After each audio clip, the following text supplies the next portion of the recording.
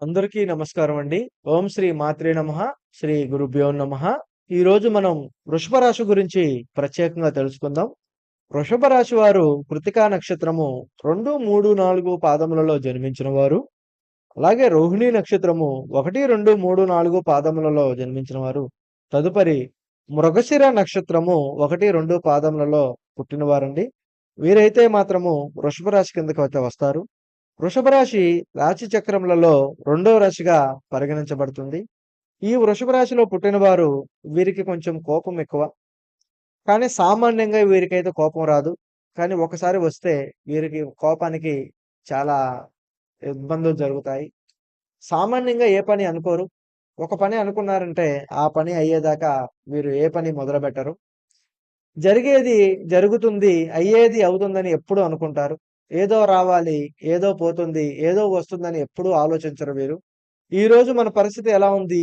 రేపనే దాంట్లో ఎలా ఉండబోతుందనే దాని గురించి ఎక్కువ ఆలోచిస్తారు. వీరైతే చాలా మంచివారండి. వీరైతే మాత్రం జాలి స్వభావం కూడా చాలా ఎక్కువే.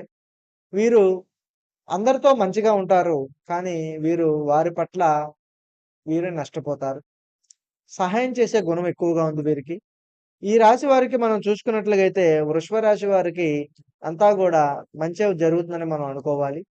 కానీ ఈ రాశి వారు మనం చూసుకున్నట్లుగా అయితే ఎదుటివారి పట్ల వీరినైతే ఇరికించడం జరుగుతుంది. అంటే ఎదుటివారిని నమ్ముతారు. వారు వీరినైతే ఎక్కువగా విరికిస్తారు. భార్యాభర్తల పరంగా గూడా చాలా అన్యోన్యంగా ఉండాలని ఎక్కువ కోరుకుంటారు. పిల్లలు ఒక మంచి పొజిషన్‌లో నిలబడాలని అనుకుంటారు. దానికోసం ఎంత కష్టమైనా పడతారు. జీవిత భాగస్వామ్యం పట్ల ఒక గుర్తింపు రావాలని అనుకుంటారు. దాని గురించి ఆవిడని మెప్పించడానికి ఎంత దూరమైనా వెళ్తారు. రెండోది వ్యాపార విషయాల్లో కూడా ఏది కూడా చెడు అనే దాంట్లో ఎప్పుడు కూడా వేలు పెట్టరు. ఒక మంచి జరుగుతుంది, మంచి ఉన్నది అనుకున్న దాంట్లోనే వీరైతే ముందుకైతే వెళ్తారండి. వృషభ రాశి వారి గురించి జాతకం చూసుకున్నట్లుగైతే వృషభ రాశి వారికి డబ్బు ఎంత సంపాదించినా గానీ డబ్బు నష్టాలు ఎక్కువగా జరుగుతున్నాయి. గృహం మీద కానీ, స్థలాల మీద కానీ, పొలాల మీద కానీ వీరి మీదైతే కొద్దిగా ప్రత్యేకమైన దృష్టయితే పెడుతున్నారు. అంటే వీరేదో కొంటున్నారని కాదండి. ఉన్న దాని మీద ఎదుటివారైతే కొద్దిగా వీరిని నష్టపెట్టాలనైతే చూస్తున్నారు. అందువల్ల వీరు చాలా జాగ్రత్తగా ఉండాలి. వృషభ రాశి వారు ఏది ఒక పట్టాన పట్టుకోరు. కానీ ఒకసారి పట్టుకున్నారంటే ఆ పని అయ్యేదాకా అయితే వదలరు. వీరు నూతనంగా గృహస్థానం సాధించే అవకాశాలు ఎక్కువగా కనపడుతున్నాయి. వీరింట్లో శుభకార్యపరంగా కొన్ని గుడ్ న్యూస్‌లు, శుభకార్యానికి సంబంధించిన బంధువులు ఇంటికి రావడం అయితే కొంచెం జరిగే అవకాశాలైతే ఉన్నాయి. ఈ మే 10వ తారీఖున.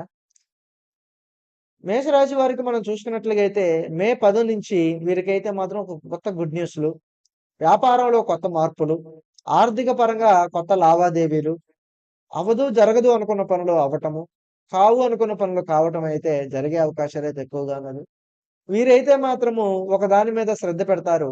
ఆ అనుకున్న పని అయితే ఖచ్చితంగా చేస్తారు.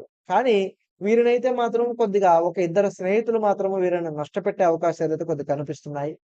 అందువలన వీరు స్నేహానికి సంబంధించిన దాంట్లో ఎంతవరకు ఉండాలో అంతవరకు ఉంటేనే మంచిది.